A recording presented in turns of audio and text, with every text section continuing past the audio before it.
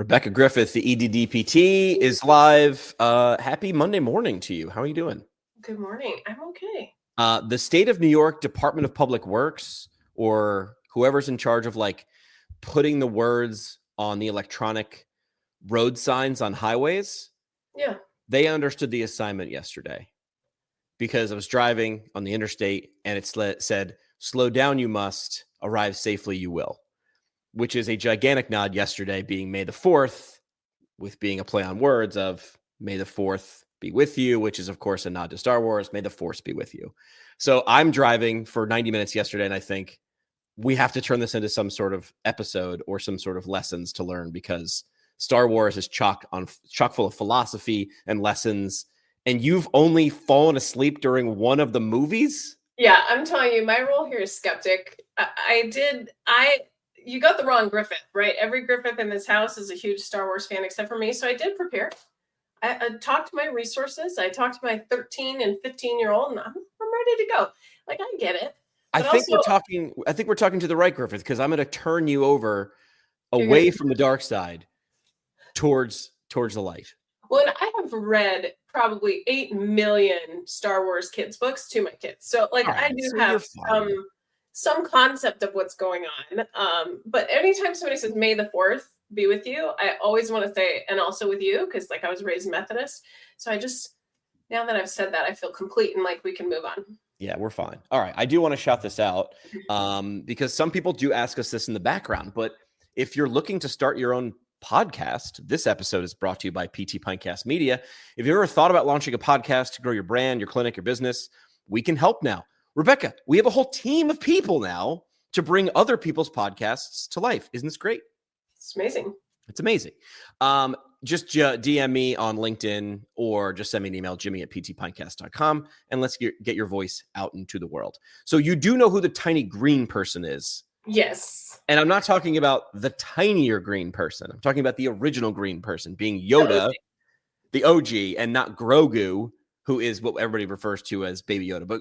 But Yoda once said, "Do or do not, there is no try." Another rogue, you know that one. Another rogue smuggler didn't care what the odds were. And somewhere in between, Jedi, rebels, and even a Sith, even the bad guys or two, leave us with lessons that, believe it or not, can shape how we lead, grow, and navigate our real lives in 2025. I have actually, on several forums, when it asks what your religion is, I have listed Jedi as my religion because I was just too frustrated with the question and just decided to be fun.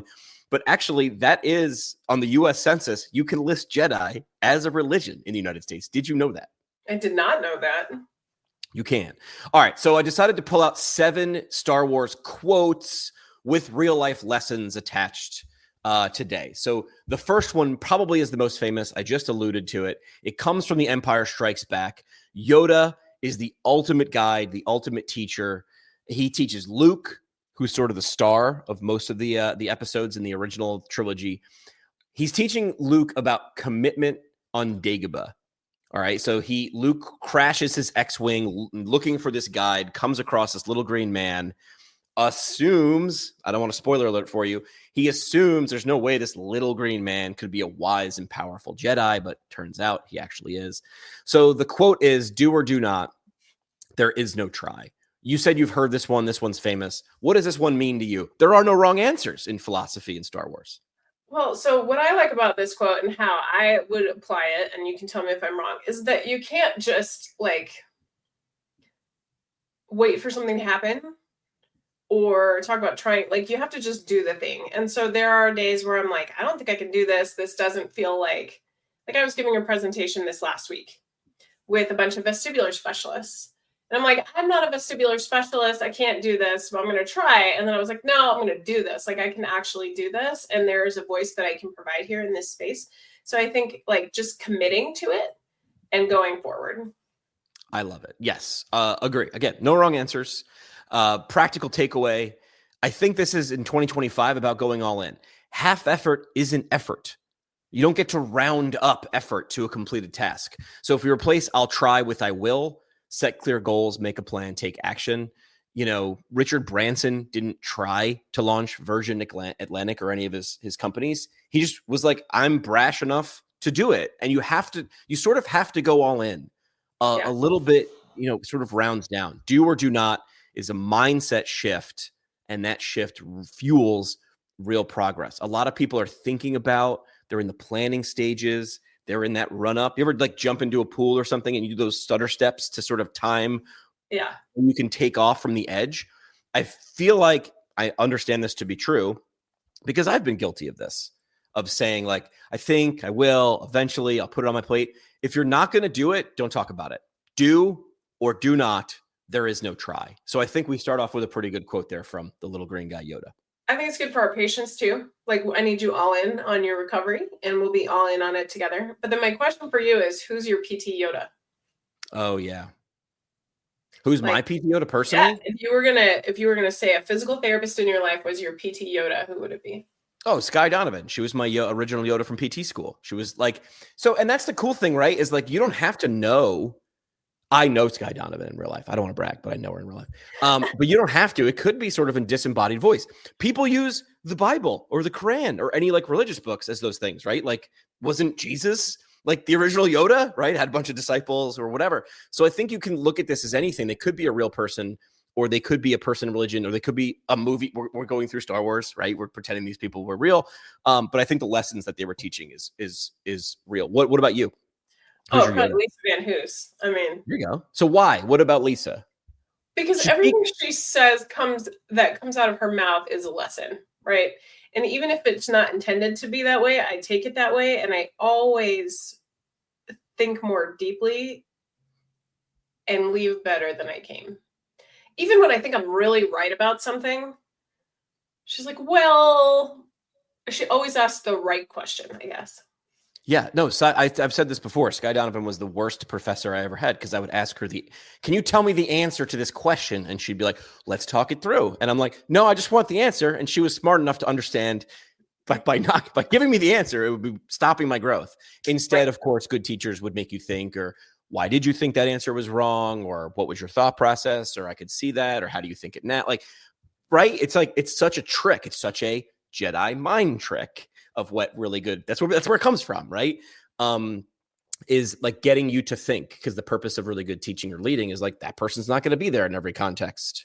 So maybe them teaching you how to think, not what to think. I think that's probably a lesson too, is if someone's trying to tell you what to think, probably not a good mentor.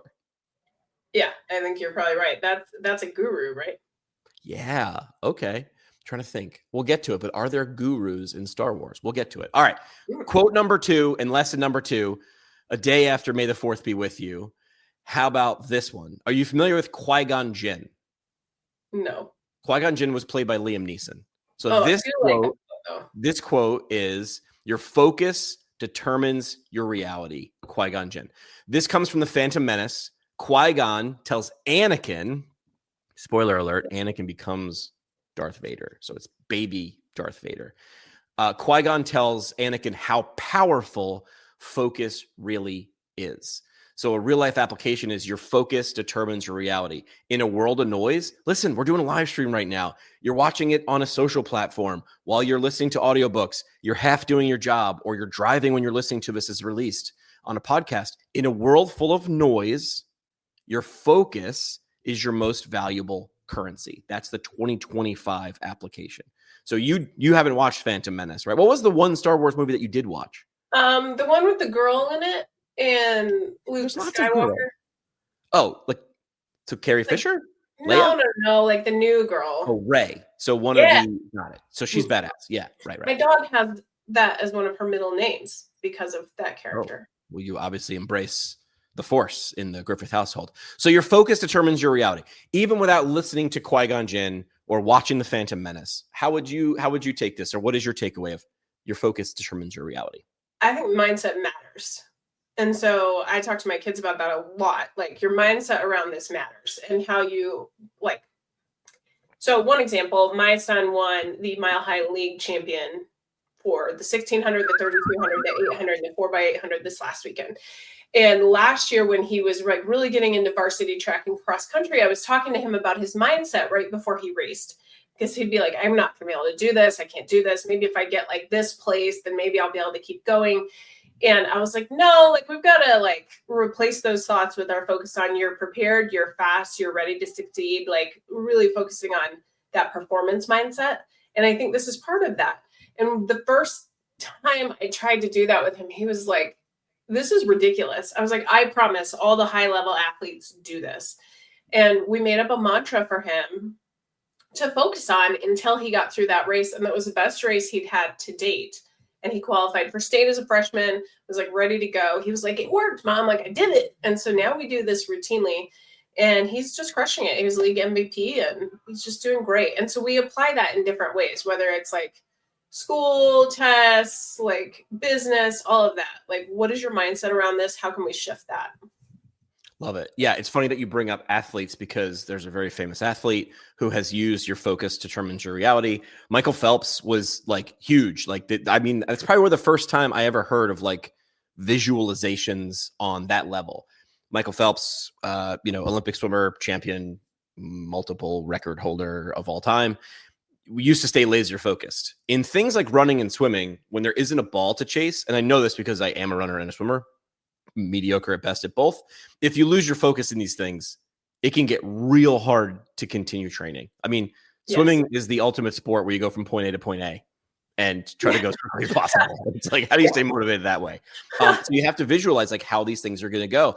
You know, I think it was a lesson somewhere. I think I heard it on a podcast. Michael Phelps's coach, can't remember his name, but a famous swimming coach,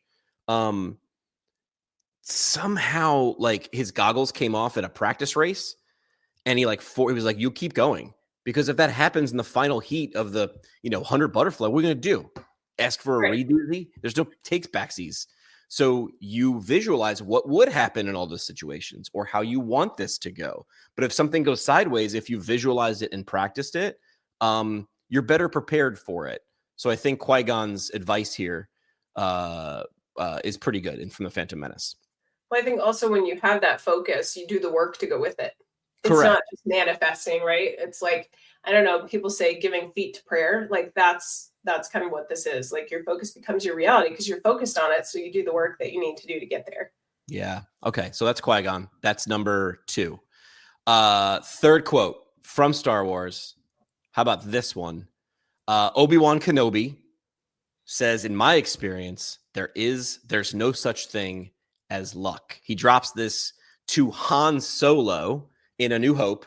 Essentially, it's not about luck. It's about preparation. Real life application, take ownership.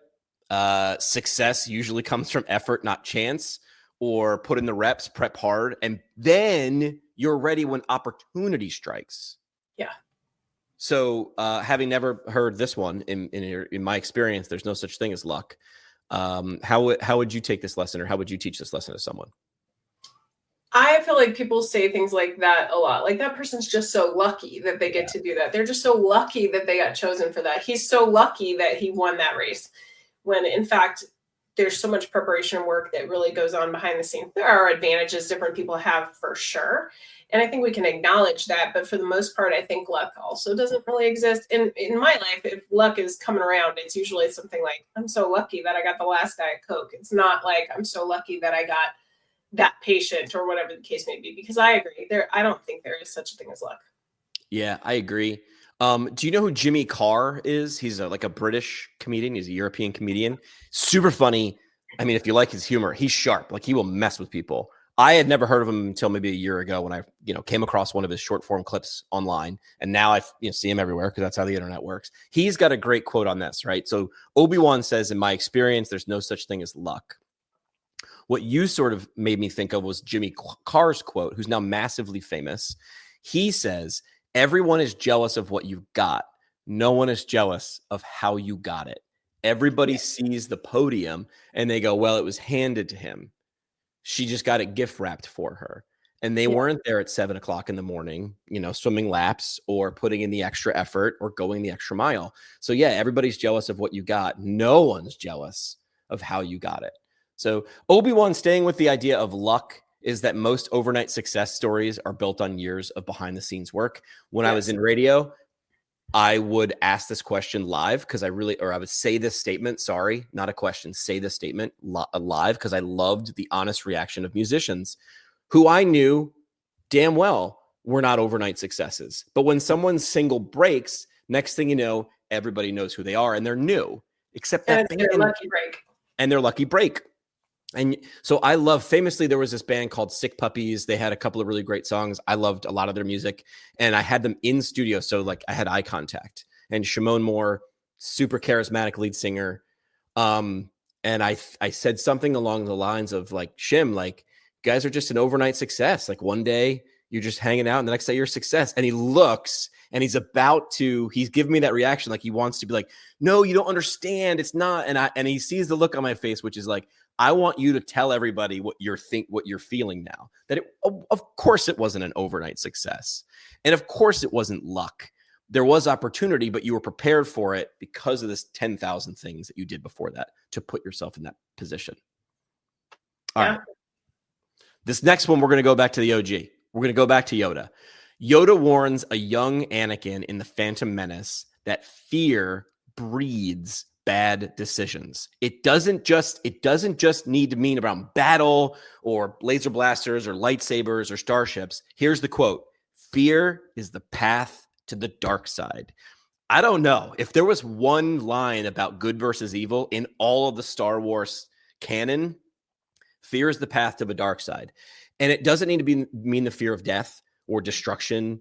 It could be scared to make a decision, right? Like we are scared a lot in our lives. Doesn't mean like petrified to death, but I feel like fear is the path to the dark side was if you don't shine a light on it, that's when it's the dark side. If you're fearing it, that's when it sort of grows, right? So fear is the path to the dark side. Yoda. Mm-hmm. I love the fact that you've never seen 99% of these quotes and you're getting them for the first time. Surprise every time. So when I spring this on you, what comes to mind? Fear is the path to the dark side. Fear avoidance behavior with movement in physical therapy, because all the patients that come into the emergency department who are in like really acute pain, they're really afraid to move. And I think one of the best things we can do as physical therapists is ameliorate that fear up front so that they don't go down to that path of avoiding movement and staying in bed and like all of those things. So I think in this case, you could directly apply that to PT and say, you know, fear of movement, fear of doing the things you need to do is probably a path to delayed recovery. Yeah. So actually, I think that's great. I think that's helpful for a lot of different things. And I know I'm applying this to my kids a lot, but that's what I'm thinking about. When I talk to them about, they're like, I'm really scared to do this, I'm really anxious about it, I always tell them like anxiety and fear really, and excitement have like the same physiologic response in the body, and the brain really decides what it means. It decides if you're happy about it or if you're not.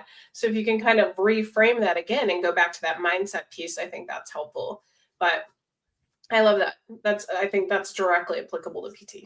Yeah, in 2025, fear of change, fear of failure, fear of uncertainty, all those things are going to be barriers to your growth or progression. Like those fears are going to make you stop. And I've said before, I do this a lot when I'm either working with an organization or something. I'll use the phrase like, I understand that you feel like not making a decision now is safer.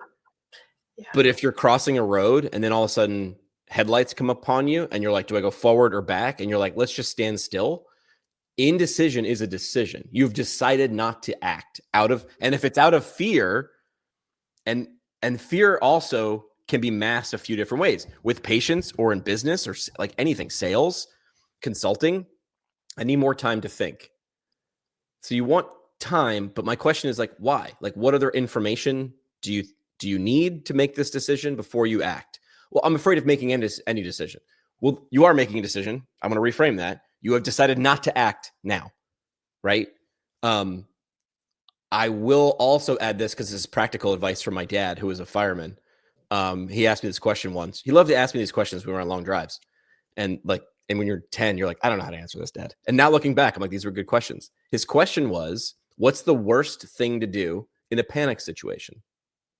How would you answer that? What's the worst thing to do in a panic situation? I don't know. I guess nothing, maybe.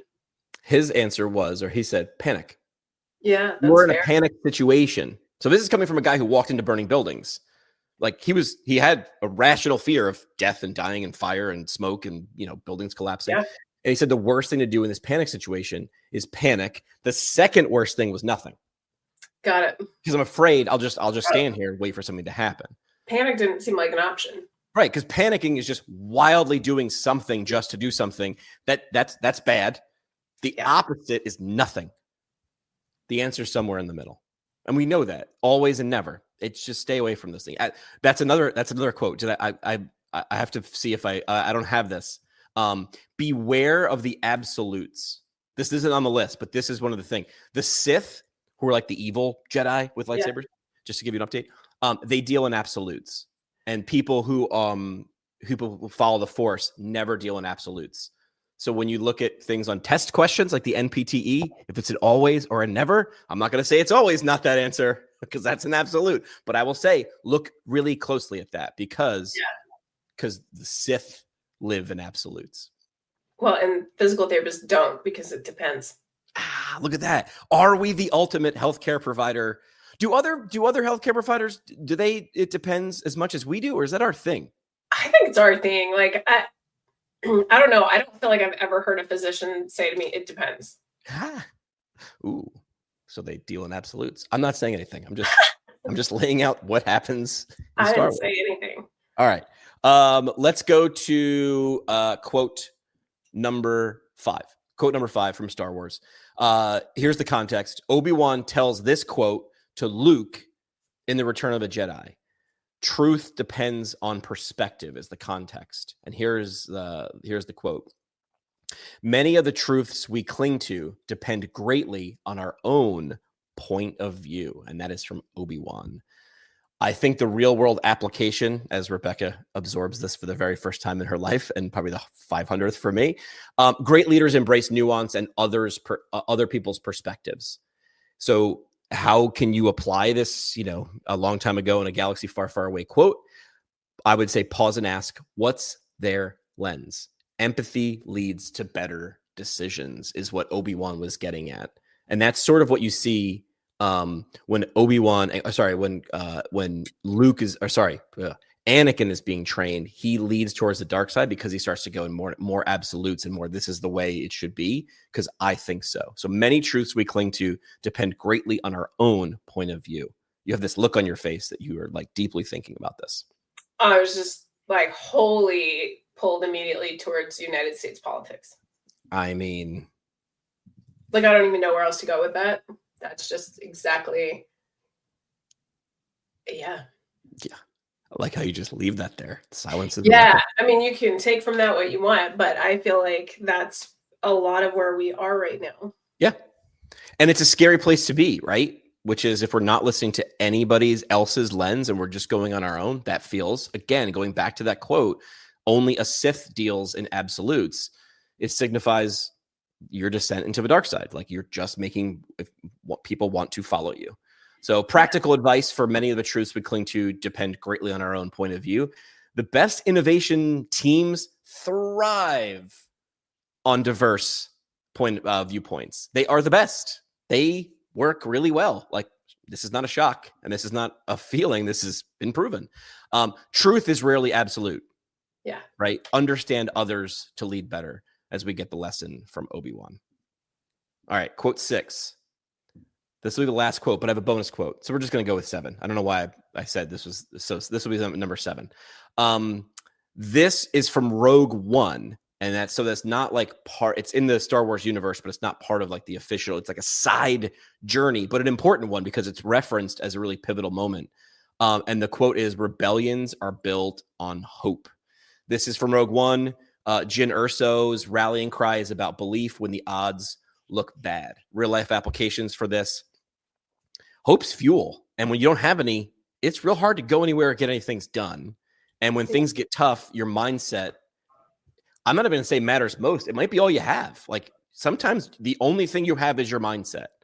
And that's really easy to say when you don't have anything, but it is important to remember. So rebellions are built on hope.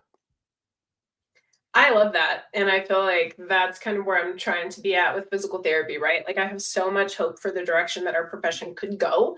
I just think we need to make changes. And I had another PT reach out to me this last week and she said, I heard you talking about how you manipulate in the hospital, you do manual therapy in the hospital, you do dry needling, you do all of these things. And I see other people doing things like postpartum care, and I see PT in the ED, and I just feel like all I'm allowed to do is get people out of bed and into a chair. And that's not how I want to practice.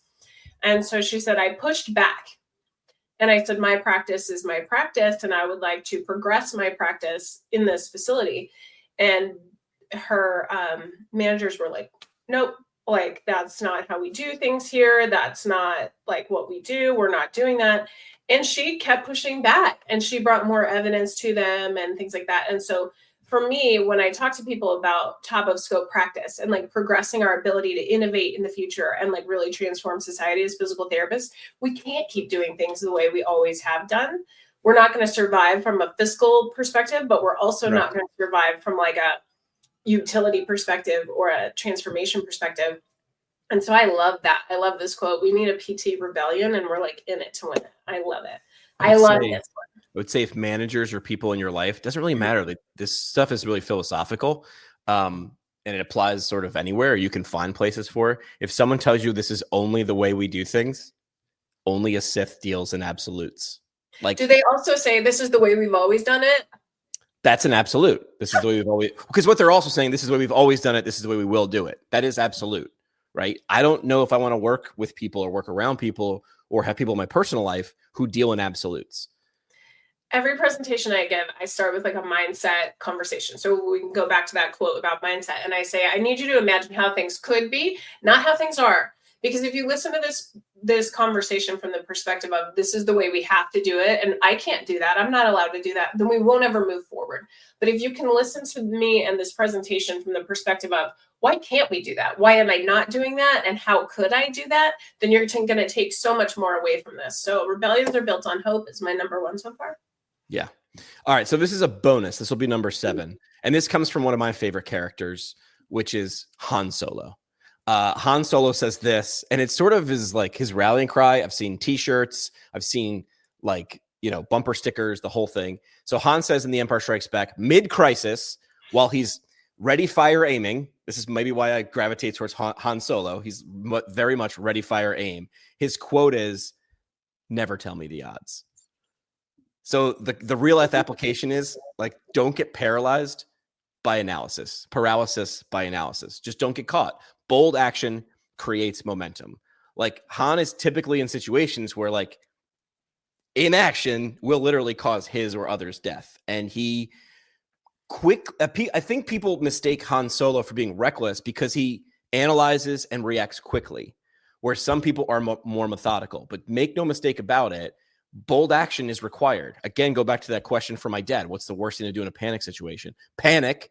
Han might look like he's panicking because he's thinking quickly and looking around.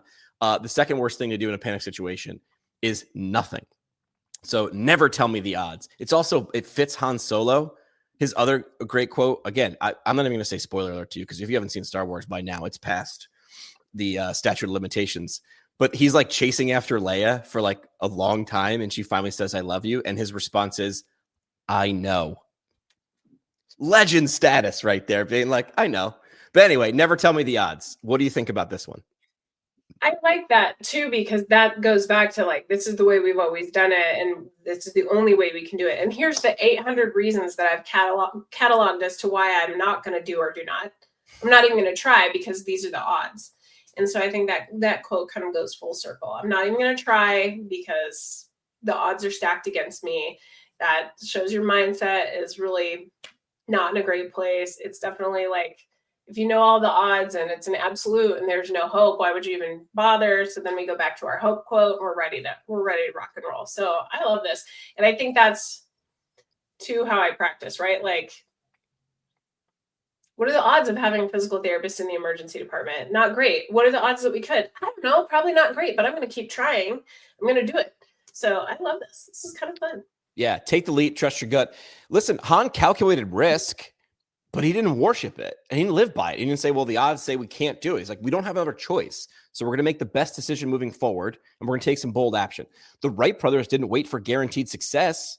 They couldn't. There was no guarantee, especially if you're on the edge of something, if you're on the bleeding edge, if you're creating something.